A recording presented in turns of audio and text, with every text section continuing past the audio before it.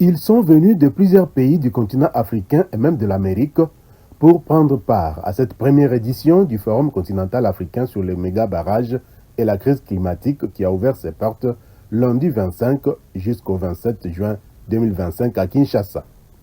Avec comme but, savoir comment mobiliser les acteurs pour travailler ensemble à la réalisation d'une transition énergétique juste en Afrique, limitant ainsi le développement des grands projets, barrages et autres aux impacts irréversibles sur l'environnement, l'économie et le social des communautés locales.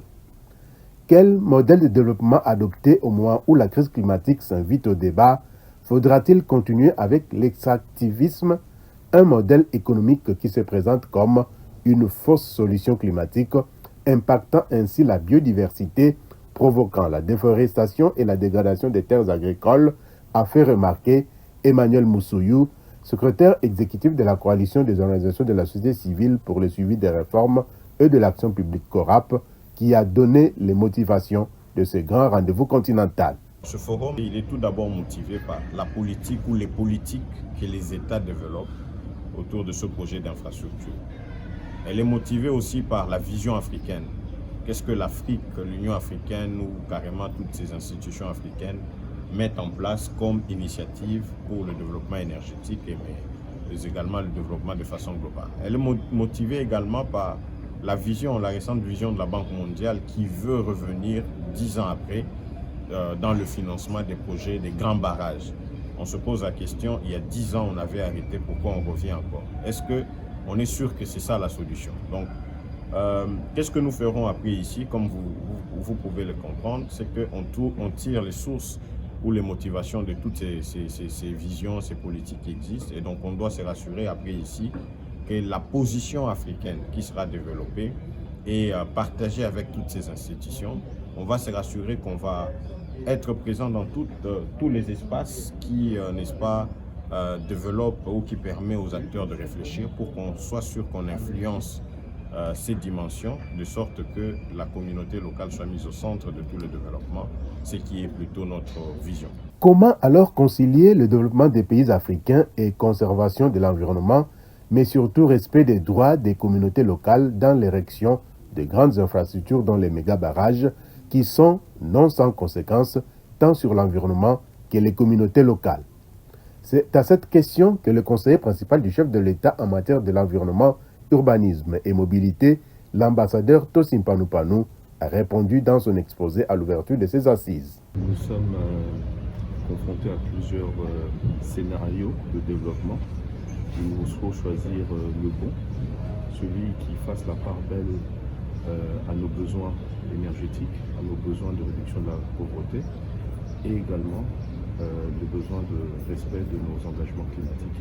Donc il nous faut trouver un modèle équilibré. On ne peut pas dire nous allons complètement aller dans un développement sobre en carbone qui ralentit nos possibilités de croissance économique. Nous ne pouvons pas aller, nous allons dans un développement de recherche effrénée de la croissance économique au détriment du climat. Donc il nous faut trouver un modèle équilibré. Non pas un modèle totalement vert, non pas un modèle totalement gris, mais un modèle qui soit entre les deux.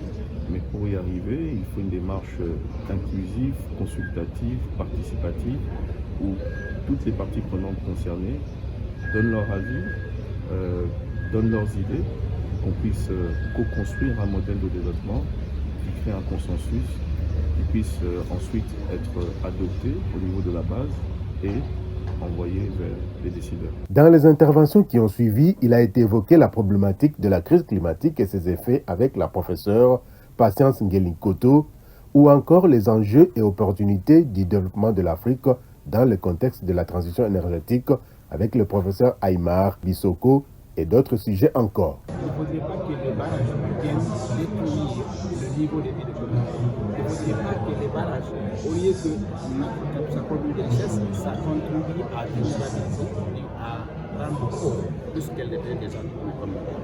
Donc la réflexion que nous avons ici à Kinshasa, c'est de voir dans quelle mesure, dans quelle possibilité pouvons-nous concilier à la fois la construction des barrages, mais aussi tout en garantissant le respect minimum des droits des populations. Le forum de Kinshasa doit déboucher sur une position africaine qui sera développée et partagée avec toutes les institutions en se rassurant que les communautés locales sont présentes dans tous les espaces de réflexion pour influencer les discussions et les communautés locales soient au centre du développement. On est d'accord que de plus en plus, il y a des scientifiques qui ont démontré que les grands barrages ne sont pas forcément verts. Ils sont renouvelables, mais ils ne sont pas forcément verts. Pourquoi? Parce qu'ils accumulent de temps en temps justement du méthane, qui est aussi un des gaz très nocifs pour, n'est-ce pas, l'atmosphère ou pour l'environnement. La deuxième question, c'est la question sur le financement. Le conseiller principal du chef de l'État l'a martelé. Il faut qu'il y ait des initiatives qui financent au fait des solutions, des projets qui s'apparentent comme étant des projets verts, qui doivent être considérés comme des solutions alternatives à tout ce problème. Donc comprenez que pour nous, nous sommes plutôt là pour promouvoir au fait des projets énergétiques alternatifs qui ont moins d'impact, parce qu'il n'y a pas certainement de projets sans impact, qui ont moins d'impact, mais qui favorisent surtout le développement communautaire, qui favorisent surtout le développement de l'économie à partir de la base. Ce forum organisé par la CORAP en collaboration avec MAR du Brésil, Justicia Ambiental du Mozambique, International Rivers de l'Afrique du Sud et Biovision Africa de l'Ouganda, avec le soutien de 11th Hour Project, de 1040 et de Synchronicity Earth. Les délégués à ces assises sont venus de l'Afrique du Sud, du Mozambique, de la Namibie, de la Guinée-Conakry, du Nigeria, du Ghana, du Kenya, de l'Ouganda, du Togo, du Cameroun, du Brésil, de la Côte d'Ivoire et du Sénégal, ainsi que les communautés locales d'Inga, de Luozi, de Songololo, de Boussanga, celles vivant autour du barrage de Sombwe, de Ruzizi et les ONG de Boma, Matadi et de Kinshasa en République démocratique du Congo.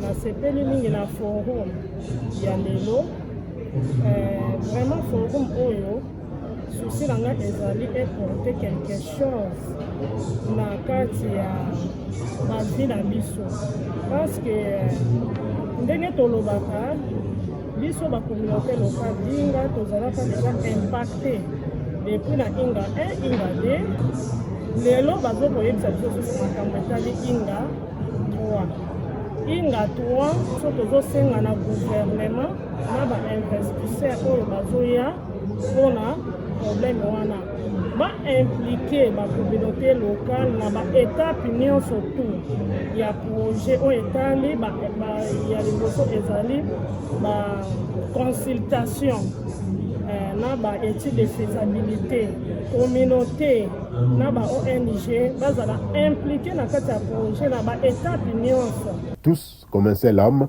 réfléchissent sur quel avenir pour le développement de l'Afrique en lien avec la crise climatique.